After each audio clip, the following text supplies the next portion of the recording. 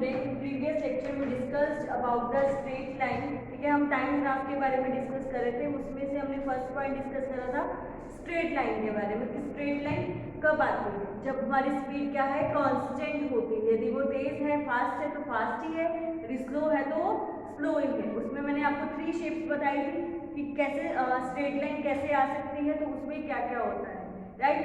फिर उसके बाद आज हमारा जो टॉपिक है, नेक्स्ट टॉपिक है हमारा पैरेलल टू टाइम एक्सिस। अब ये जो मेरी लाइन है वो जब टाइम एक्सिस के पैरेलल आती है तब क्या होता है, जब भी मेरी ग्राफ की लाइन टाइम एक्सिस के पैरेलल आएगी तब मेरा जो ऑब्जेक्ट होगा वो स्टेशनरी होगा। मतलब स्टेशनरी मीन्स वो ऑब्जेक्ट अभी रुका हुआ है, वो मूव नहीं कर रहा है, वो रुका हुआ है। इसलिए वो जो लाइन आएगी मेरी वो हमेशा टाइम एक्सिस के पैरेलल आएगी। क्लियर। जब भी मेरी लाइन ग्राफ की टाइम एक्सिस के डिस्टेंस की लाइन टाइम एक्सिस के पैरेलल आ जाती है तब वो क्या है, वो ऑब्जेक्ट क्या है, स्टेशनरी ऑब्जेक्ट है, वो ऑब्जेक्ट मूव नहीं कर रहा है। क्लियर।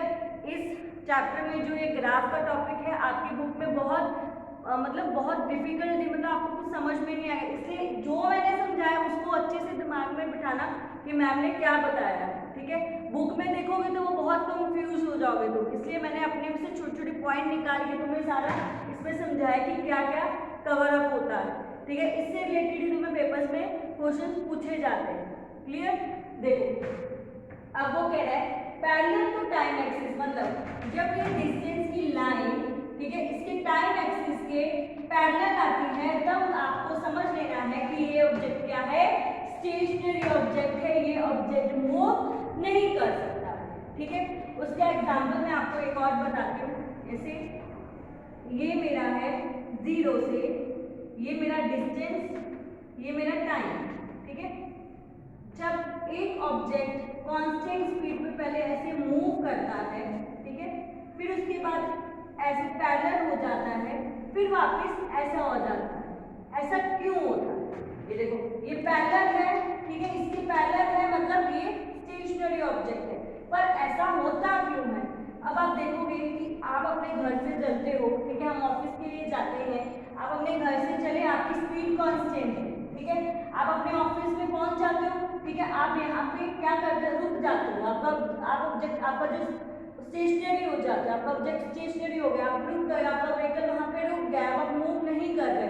ठीक है, तो आप अपने ऑफिस में 8 घंटे रुके, फिर आप इधर चलने की बजाय आपने आगे की तरफ नहीं जाना है, आप पीछे की तरफ ही जा रहे हो, फिर वापिस ही आ रहे हो।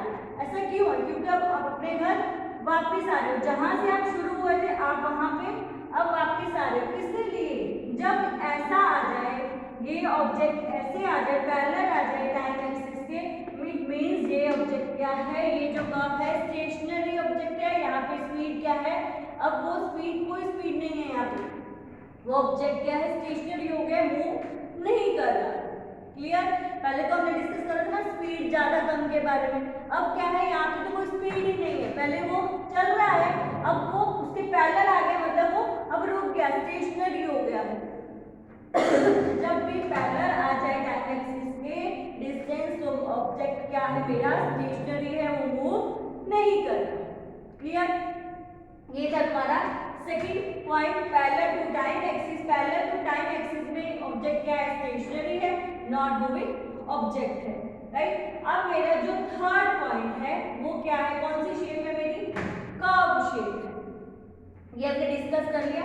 थर्ड मेरी है कर्व शेप। थर्ड कौन सी है मेरी, कर्व शेप। कर्व शेप में क्या रहता है, जो मेरी स्पीड होगी वो कौन सी होगी, यूनिफॉर्म स्पीड। मतलब पहले क्या थी, हमारी यूनिफॉर्म थी, फर्स्ट स्ट्रेट लाइन में यूनिफॉर्म थी, फिर यहाँ पे ऑब्जेक्ट सेकंड में आ गया स्टेशनरी ऑब्जेक्ट। अब जब कर्व शेप बनेगी तब स्पीड कैसी होगी, नॉन यूनिफॉर्म, मतलब स्पीड नॉन यूनिफॉर्म है, कभी बढ़ रही है कभी कम हो रही है। ठीक है, कांस्टेंट नहीं चल रहा वो ऑब्जेक्ट, कभी उसकी स्पीड बढ़ रही है कभी उसकी स्पीड कम हो रही है, इसीलिए वो ऑब्जेक्ट की शेप कैसी होगी, कर्व शेप आती है वो ग्राफ की, जब वो ऑब्जेक्ट की स्पीड नॉन यूनिफॉर्म होती है, मतलब वो स्पीड कांस्टेंट नहीं है। क्लियर। तो वो कैसे होगी वो हम डिस्कस करेंगे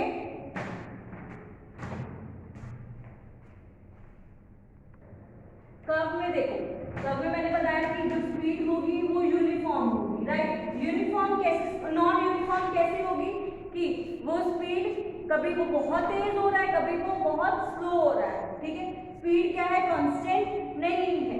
उसके बाद देखो, जब ये ग्राफ ऐसे कर्व की तरह बनेगा, ऐसा कर्व बनेगा, मतलब इट मींस यहाँ पे पहले स्पीड इतनी थी, फिर ज्यादा हो गई, फिर उससे भी ज्यादा हो गई, मतलब यहाँ पे तो स्पीड कांस्टेंट है, पहले कम थी फिर ज्यादा हो गई। पहले शुरुआत में इतनी थी, फिर कम हुई, फिर उससे ऊपर कितनी ज्यादा हो गई। तो ये क्या है, नॉन यूनिफॉर्म स्पीड है, ठीक है। जब यहाँ पे जब ऐसा कर्व बनेगा तो यहाँ पे क्या है, स्पीड मेरी बढ़ रही है, ठीक है। टाइम स्पीड मेरी एकदम से बढ़ रही है, पर फिर जब मेरा ग्राफ ऐसे बनता है, ऐसे कर्व का बनता है, तब ये हमारा जो डिस्टेंस है, हम डिस्टेंस को कम कवर कर रहे हैं, टाइम ज्यादा ले रहे हैं, ठीक है। यहाँ पे डिस्टेंस कम कवर हो रहा है, टाइम ज्यादा लग रहा है, मतलब यहाँ पे मेरी स्पीड क्या है, स्लो है, ठीक है। यहाँ पे डिस्टेंस ज्यादा कवर अप हो रहा था, ठीक है, तो यहाँ पे मेरी स्पीड ज्यादा थी, पर यहाँ पे टाइम ज्यादा लग रहा है, पर मेरी स्पीड क्या है, मेरा डिस्टेंस क्या है, कम कवर अप हो रहा है। देखो इतने में कितना, इतने में इतना, ठीक है, फिर इतने में इतना टाइम लग रहा है, इतने में तो कितना टाइम लग रहा है, पर टाइम कितना लग रहा है, स्पीड कितनी कम कवर अप हो रही है। तो जब मेरी स्पीड कम कवर अप हो, ठीक है, जब मेरा डिस्टेंस कम कवर अप हो, पर मेरे टाइम मेरे को ज्यादा लगे, तो मेरा ग्राफ ऐसे बनेगा, हमेशा ग्राफ ऐसे बनेगा, क्योंकि यहाँ पे क्या है, मेरा डिस्टेंस कम कवर अप हो रहा है और मेरा टाइम ज्यादा लग रहा है। इट मींस मेरी यहाँ पे स्पीड क्या है, स्लो है, ठीक है। यहाँ पे स्पीड क्या थी, ज्यादा थी, ठीक है। यहाँ पे स्पीड ज्यादा थी, इसलिए तो डिस्टेंस ज्यादा कवर अप हो रहा था, पर यहाँ पे स्पीड क्या है, स्लो है। इसीलिए ये मतलब कर्व शेप तब आएगी जब मेरी स्पीड क्या है, नॉन यूनिफॉर्म होगी। जब मेरी स्पीड नॉन यूनिफॉर्म है तभी मेरा कर्व शेप ग्राफ बनेगा। क्लियर। ये मेरे थ्री लाइन हमने डिस्कस करी, थ्री शेप डिस्कस करी हमने, स्ट्रेट लाइन, पैरेलल, फिर उसके बाद हमने कर्व शेप डिस्कस करी। ये आपको बच्चे से समझ में आ गया होगा कि स्ट्रेट लाइन कब होता है, जब स्पीड यूनिफॉर्म होती है। पैरेलल कब होता है, जब ऑब्जेक्ट स्टेशनरी होता है। जब कब कर्व शेप कब बनती है, जब ऑब्जेक्ट क्या होता है, जब नॉन यूनिफॉर्म स्पीड होती है। क्लियर। यहाँ पे ये टॉपिक यहाँ मेरा खत्म हो गया ग्राफ का। फिर अब मेरा एक टर्म बाकी है जो हमने ओडोमीटर और स्पीडोमीटर। ओडोमीटर क्या होता है और स्पीडोमीटर क्या होता है। ओडोमीटर आपने देखा होगा, जब आप कोई व्हीकल, गाड़ी, ठीक है, एक्टिवा, बाइक, कुछ भी जब चलाते हो तो उसके आगे एक डैशबोर्ड होता है, ठीक है।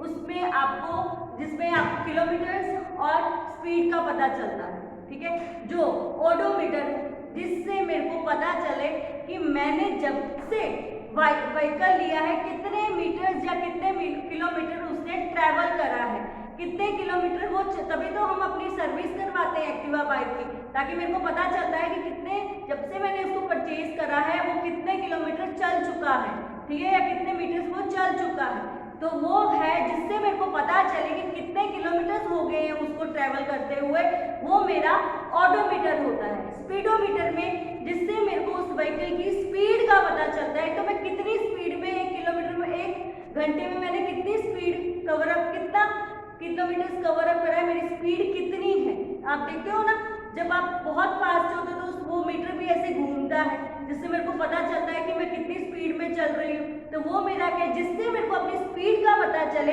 वो है स्पीडोमीटर। ओडोमीटर में इसमें मेरे को पता चलता है कि मैंने जब से अपनी गाड़ी परचेज करी है तब से उससे कितने किलोमीटर ट्रेवल करा है उसने। क्लियर। ये था तुम्हारा मोशन और टाइम का चैप्टर। ये यहाँ पे चैप्टर फिनिश हो गया ऑलमोस्ट। सारे हमने इसमें जो भी तुम्हारे थे टॉपिक्स सब हमने इसमें एक एक करके सब कवर अप करे, कोई टॉपिक इसमें छूटा नहीं है, ठीक है। लास्ट जो था स्पीडोमीटर, ओडोमीटर, वो भी मैंने आपको कवर अप करवा दिया है कि स्पीडोमीटर क्या होता है और ओडोमीटर क्या होता है, राइट। ये बिल्कुल छोटा सा टॉपिक था तुम्हारी बुक में। उसके बाद जो ग्राफ का है वो मैंने आपको एक एक पॉइंट करके पहले, सबसे पहले ग्राफ बनाना सिखाया कि ग्राफ कैसे बनता है, फिर उसकी शेप्स कैसे होती हैं, वो हमने पूरा डिस्कस इस चैप्टर में कर लिया। क्लियर। नेक्स्ट वीडियो में हम इसकी वो सारे क्वेश्चन आंसर सारी एक्सरसाइज शुरू करेंगे। क्लियर।